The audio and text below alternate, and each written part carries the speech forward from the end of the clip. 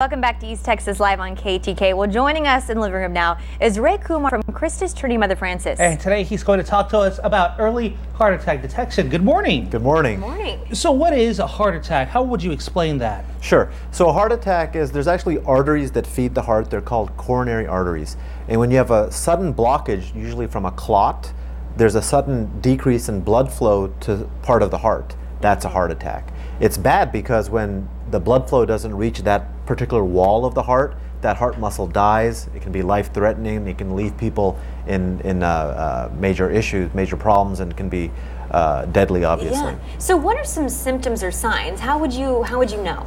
So the heart attacks are called the silent killer because a lot of people think they have some indigestion or some other, they're just not feeling well, maybe, and yeah. it's a heart attack. So the signs to look for, if you're from a patient standpoint, would be obviously chest pain, chest tightness, chest pressure, sudden chest discomfort, also just a feeling of unwell, sweaty, nausea. Sometimes the chest discomfort can actually radiate.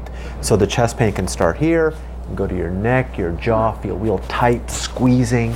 Some people can even have atypical symptoms. Women, older people, diabetics can have some very atypical symptoms. Sometimes they can just feel unwell, or they have real bad belly pain or a bad flu, and it's a heart attack. Mm-hmm. So is there a way to detect this early, maybe try to prevent it?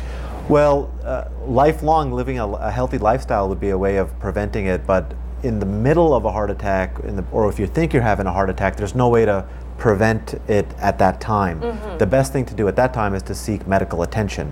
I work at Mother Francis Hospital, and we take taking heart attacks very seriously, and every minute you wait, part of the heart muscle's dying.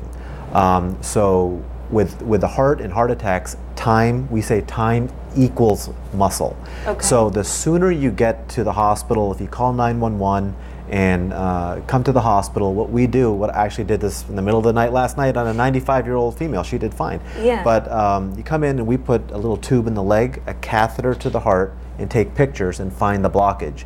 We then put a balloon where the blockage is and blow it up and reestablish the blood flow. And that's a life-saving procedure. So other than actually reestablishing the blood flow to that blocked artery, there's not a lot of other options we have. So if you're thinking you're having a heart attack, or if you think there's something wrong, call 911, and that's the best option. That's what I was going to say, because what is your suggestion? Because there's not really one symptom that you're saying is, oh, you're having a heart Right. attack. There's all these different things. Right. So I guess just better safe than sorry? Or Right. So yeah. I think that if you're a patient if you're a diabetic, if you smoke, if you've had prior heart disease, obviously, or a family history of heart disease, and you have sudden chest pain or shortness of breath, seek medical attention. It's always better to be wrong and healthy than wrong and not healthy. Yeah. So seeking medical attention is the most important thing. Now you say that preventing it would be living a healthy lifestyle. Mm-hmm. What are some recommendations you give to folks? Right. So there's two types of risk factors to develop heart disease and heart attacks. The first would be there's modifiable, things that we are in control of, and non-modifiable. So the things we're in control of, or the modifiable risk factors, are: do you smoke? Is your blood pressure under good control? Are you physically active? So as long as you're physically active, don't smoke, eat a healthy diet.